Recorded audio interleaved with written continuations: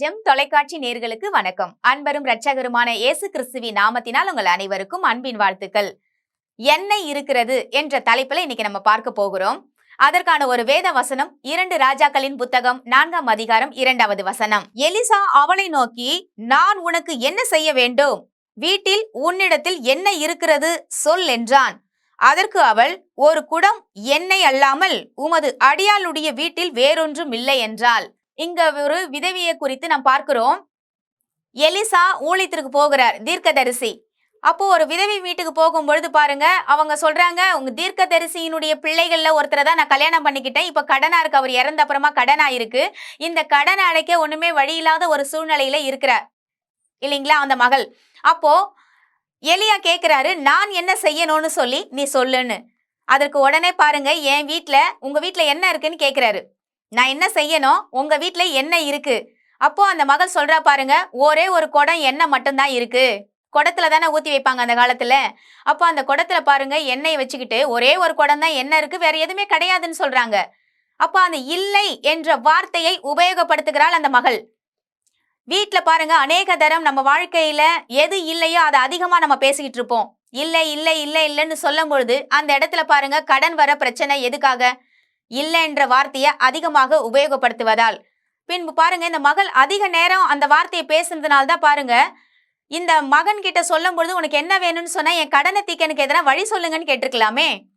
உங்க வீட்டுல என்ன இருக்குன்னு சொன்னாக்கா, என்ன இருக்குங்க, ஒரு குடம் என்ன இருக்குன்னு சொல்லிட்டு விட்டுருக்கலாம். ஆனா உன்னுடைய அடியாளுடைய வீட்டுல எண்ணெயை தவிர வேறொன்றும் இல்லை. பாருங்க எவ்வளவு கிளியரா இல்லைன்ற வார்த்தையை அவங்க அழகா சொல்றாங்க.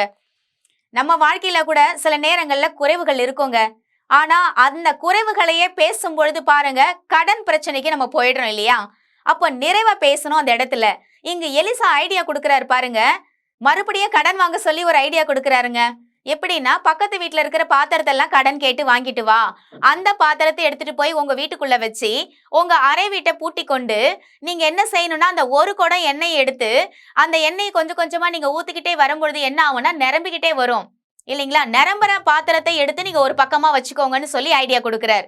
இவங்க இந்த விதவை என்ன செய்யறாங்கன்னா, அறை வீட்டை பூட்டி கொண்டு தன்னுடைய பிள்ளைங்களையும் கூட வச்சுக்கிறாங்க. கூட வச்சுக்கிட்டு அந்த பிள்ளைங்களை வச்சு என்ன செய்யறாங்கன்னா, எண்ணெயை ஊத்த ஊத்த பாருங்க, அவங்க பிள்ளைங்க எடுத்து ஒரு ஓரமா வைக்கிறாங்க. நிறைந்த பாத்திரத்தை ஓரமா வைக்க சொன்னது தானே எலிசா. அதே போல அவங்க செய்யறாங்க. தீர்க்கதரிசி சொன்ன வார்த்தைக்கு கீழ்ப்படிந்து விசுவாசத்துடன் பாருங்க நிரப்புற வேலையில இறங்குறாங்க. அப்போ நிரப்பிக்கிட்டே இருக்கும் பொழுது என்ன நடக்குதுன்னா, பாத்திரம் எல்லாம் பாருங்க நிரம்பிருச்சு. தன்னுடைய பிள்ளையின் இடத்துல அடுத்த பாத்திரத்தை கொண்டு வா அப்படின்னு சொல்லும் பொழுது பிள்ளை சொல்றாங்க, பாத்திரம் இல்லம்மா. அப்போ இல்லைன்னு சொல்லும் பொழுதுதான் அந்த இடத்துல அந்த எண்ணெய் நின்று போயிடுச்சுன்னு சொல்லி நம்ம வாசித்து பார்க்கிறோம். அப்போ இல்லைன்ற வார்த்தை என்னைக்கு உங்க வாழ்க்கையில அதிகமா நீங்க பேசுறீங்களோ அங்க ஆசீர்வாதம் நின்று போய்விடும். நீங்க உபயோகப்படுத்தக்கூடிய வார்த்தைகளுக்கு அபார சக்தியை தேவன் வைத்திருக்கிறார். தேவனுடைய சாயலாக படைக்கப்பட்ட நாமும் தேவனை போல விசுவாச வார்த்தைகளோடு நம்ம பேச பழகிக்கணுங்க. இல்லைன்ற குறை எல்லாருக்குமே இருக்கதான் செய்யுது. ஆனா நிறைவை என்றைக்கு உங்க வாயில பேசுறீங்களோ அன்றைக்குதான் உங்கள் வாழ்க்கையும் நிறைவாக இருக்கும். நிறைவை என்ன செய்யணும்? ஒரே ஒரு குடம் தான் என்ன இருக்கு, நான் ஊத்துனால நிறையுமான்னு சொல்லி சந்தேகப்படாம பாருங்க, தீர்க்கதரிசி சொன்ன உடனே அந்த விதவை கீழ்ப்படிந்து பாருங்க, அந்த பாத்திரத்தை முழுவதுமாக பக்கத்து வீட்டுல கடன் வாங்கி காலி பாத்திரத்துல நிரப்புறாங்க. நிரப்புன்னு சொன்னா நிரப்பிடுங்க, அவ்வளவுதான். நிறைவான வார்த்தையை கடவுள் உங்களை பேசுன்னு சொல்றாரா, பேசுங்க. கடவுள் பாருங்க நிறைவை தேவன் கொடுத்து இந்த உலகத்துல அவர் எல்லாவற்றையும் படைச்சிட்டாரு. ஏன் இன்னைக்கு குறைவு உண்டாயிருக்குன்னா, குறைவுகளை அதிகமாக பேசுகிறோம். நாம் பேசும் வார்த்தைக்கு அபார சக்திகள் மட்டும் இல்லைங்க, தேவனே நம்முடைய வாயா இருந்தும் சில நேரங்கள்ல பேசுகிறார் இல்லைங்களா? தீர்க்கதரிசிங்க மூலமா பழைய ஏற்பாட்டுல பார்க்கும் பொழுது ஆவியானவர் இறங்கி பேசி அவருடைய வேலையை செய்துட்டு பின்பு அவர் போயிடுவார். ஆனா புதிய ஏற்பாட்டு காலத்துல வாழ்கிற நாம் நம்ம கூடவே ஆவியானவர் தங்கி இருக்கிறார். அப்ப தொடர்ந்து நம் என்ன வார்த்தைகளை உபயோகப்படுத்துகிறோம் என்பதை சற்று கவனமாக சிந்தித்து பார்க்கணும். நிறைவை பேசுவோம் நம்ம வாழ்க்கையில. இயேசுவை போல பாருங்க, கானா ஒரு கல்யாணத்துல அவர் கற்சாடிகள் 6 கற்சாடிகளையும் நிரப்புங்கள் என்று சொன்னார். உடனே பாருங்க வெறும் தண்ணி, பச்சை தண்ணி பாருங்க ருசி உள்ள திராட்சரசமாக மாறினது. நம் வாழ்க்கை கூட திராட்சரசமாக ருசி உள்ளதாக மாற வேண்டும் என்றால் நிறைவை பேச வேண்டும் என்பதுதான் வேதம் கற்றுக் கொடுக்கிறது. அந்த வேதத்திற்கு நாம் முக்கியத்துவம் கொடுக்கும் பொழுது உங்கள் வாழ்க்கையும் என் வாழ்க்கையும் சீரும் சிறப்புமாக மாறும். இன்றைக்கு வாங்க அதற்காக நம்ம ஜெபிக்கலாம். எங்கள் அன்பும் இரக்கமும் நிறைந்த நல்ல தகப்பனே, நாங்கள் உம்மண்டையில் வருகிறோம் சுவாமி. ஆண்டவரே, எண்ணெய் இருக்கிறது என்று நாங்கள் பார்த்தோம். எண்ணெய் இருக்கிறது என்றால் அபிஷேகத்துக்கு அடையாளம்தான் எண்ணெய் என்று வேதத்தில் நாங்கள் பார்க்கிறோம்.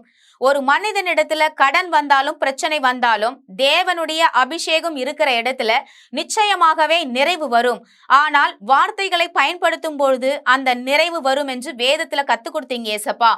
இந்த நேரத்துக்காக நாங்க நன்றி சொல்ற ராஜா. இந்த நேரத்துல நாங்கள் நிறைவை பேசி எங்கள் வாழ்க்கையில் இருக்கிற குறைவுகளை நாங்கள் வெளியே துரத்தணும்ப்பா. இதுவரைக்கும் கடன் பிரச்சனையில வாழ்ந்து கொண்டிருக்கிற ஜனங்களுக்காக நாங்கள் ஜெபிக்கிறோம். இப்பொழுதே என் தேவன் கடங்கார ஆவிகளை இயேசுவின் நாமத்தினால் இப்பொழுதே இந்த ஒவ்வொரு குடும்பத்தை விட்டு ஒவ்வொரு நபரை விட்டு அந்த வெளியேறு என்று கட்டளையிடுகிறேன். இப்பொழுது அந்த அசுத்த ஆவியை, கடங்கார ஆவிகளை கர்த்தாவே இந்த நேரத்தில் அப்பா ஆண்டவரே நிறைவான வார்த்தைகளை என் ஜனங்களுடைய வாயிலே போடும்படியாக நாங்கள் ஒப்பு கொடுத்து ஜெபிக்கிறோம். ஜீவனுள்ள நல்ல தகப்பனே, ஆமேன். கர்த்தர் நம் அனைவரையும் ஆசீர்வதிப்பாராக. God bless you.